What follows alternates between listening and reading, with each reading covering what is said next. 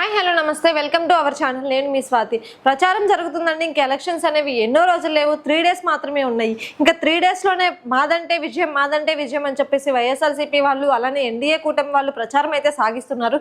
ఈ ప్రచారంలో భాగంగానే మాచర్ల నుంచి అయితే పిన్నెల్లి రామకృష్ణారెడ్డి గారి వైఫ్కి అయితే దెబ్బలు తగిలాయి. అసలు అక్కడ ఏం జరిగింది, ఆమెకు ఎందుకు దెబ్బలు తగిలాయో ఒకసారి ఆమె మాటల్లోనే విన్నాము. ఆ పార్టీకి మేము ప్రచారం చేసుకుంటుంటే ప్రశాంతంగా జరిగింది. అందరం భోంచేద్దాం కదా అని ఒక ఇంటి దగ్గర ఆగ్దాం. ఒక్కసారిగా మా మీద దాడి చేశారు.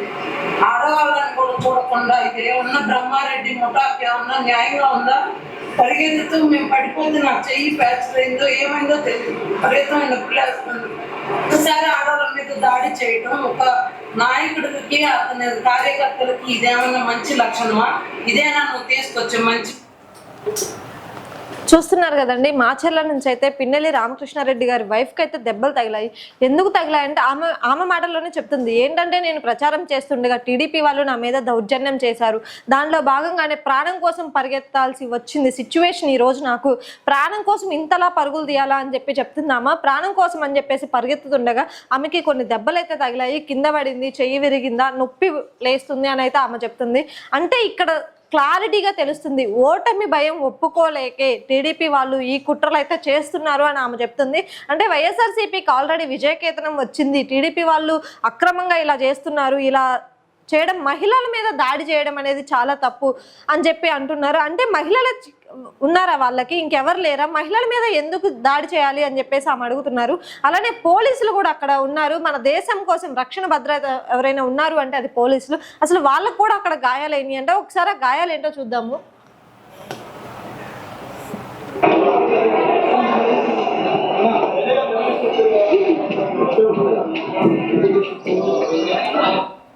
చూడండి, పాపం రక్షణ కోసం వాళ్ళు ఉంటే వైఎస్ఆర్సీపీ వాళ్ళ తరపున రక్షణ కోసం ఇటు పార్టీ వాళ్ళు కావచ్చు, ఎన్డీఏ కూటమి వాళ్ళు కావచ్చు, అలానే వైఎస్ఆర్సీపీ వాళ్ళు కావచ్చు, ఎవరు ప్రచారం చేస్తుండగా పోలీస్ రక్షణ అనేది జనాలకి అవసరం అని చెప్పేసి అక్కడ ఉంటే పోలీసులను కూడా కొట్టిన సిచ్యువేషన్ అయితే అక్కడ జరిగింది. అంటే ఇది ఎంతవరకు, అసలు ఇది ఎంతవరకు ఇలా చేయడం కరెక్ట్ అంటారు?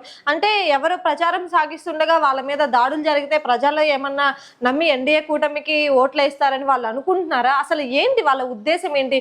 మహిళలని అంత గట్టిగా కొట్టడానికి, అది ఎమ్మెల్యే భార్య అయ్యుండి ఆమె మీద దాడి చేయడానికి, అలానే పోలీసులు ఏం చేశారు, పాప రక్షణ కోసం వస్తే వాళ్ళని అలానే కొట్టారు. అలానే అసలు వాళ్ళ కారులు ఏమయ్యా కూడా చూద్దాం ఒకసారి.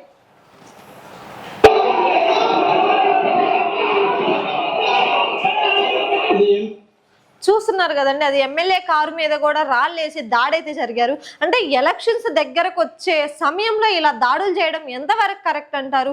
ఇలా దాడులు చేస్తే వైఎస్ఆర్సీపీ వాళ్ళు వెనక్కి వెళ్ళిపోతారు భయంతో అని అనుకుంటున్నారా? ఆల్రెడీ సర్వే సంస్థలన్నీ వైఎస్ఆర్సీపీదే విజయకేతనం అని చెప్తున్నాయి. దీనిలో భాగంగానే వీళ్ళు ఎందుకు ఇలా చేయడం? అంటే కార్లు అద్దాలు పగల కొట్టడం కానీ, మహిళలను కొట్టడం కానీ, పోలీసులను కొట్టడం కానీ, అసలు ఇది ఎంతవరకు కరెక్ట్? అంటే మహిళలకు ఏమన్నా అయితే రేపొద్దున బయటికి రారు, ఎవరికి చెప్పుకోలేరు అని చెప్పి వాళ్ళు అనుకుంటున్నారా?